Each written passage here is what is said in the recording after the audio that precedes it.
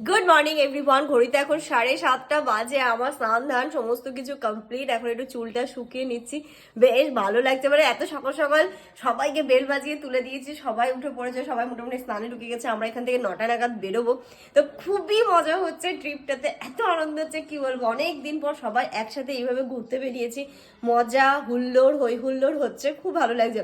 ইনুকেও জোর করে তুলে দিয়েছি, এখন ওকেও স্নান করাবো। যেহেতু আজকে আমরা নিচেই আছি, শিলিগুড়িতেই আছি, তাই না আজকে স্নান ধান করি। জানি না কালকে ওয়েদার কেমন থাকবে, কেমন কি হবে। আমরা তো করে নিতে পারবো, বাট ইনায়াকে মানে প্রয়োজন হলে ওকে স্পঞ্জ বার দিতে হবে, কিন্তু আজকে একটু ভালো করে ওকে স্নান করিয়ে নেবো।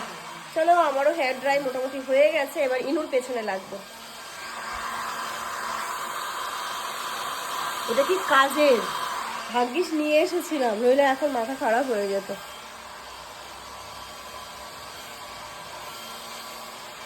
এখন শ্যাম্পু ট্যাম্পু করে আজকে স্নান করে নিলাম, জানো তো।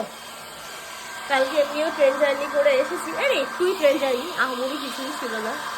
তো ব্লগগুলো কেউ মিস করো না, আমাদের ব্লগ অলরেডি মানে আসছে, আমাদের ইউটিউব চ্যানেলে তো ফুল ব্লগ আসবে ইন আউট লাইফে, সেখানটাতে গিয়ে দেখে নাও আমরা কত মজা আনন্দ করেছি। INOUT স্পেস দিয়ে LIF ইন আউট লাইফে প্রতিটা ডে বাই ডে মানে সুন্দর যেরকম প্রপার ব্লগ আসে সেরকম কিন্তু ব্লগ আসে। প্লিজ তোমরা একবার চেক করে নাও।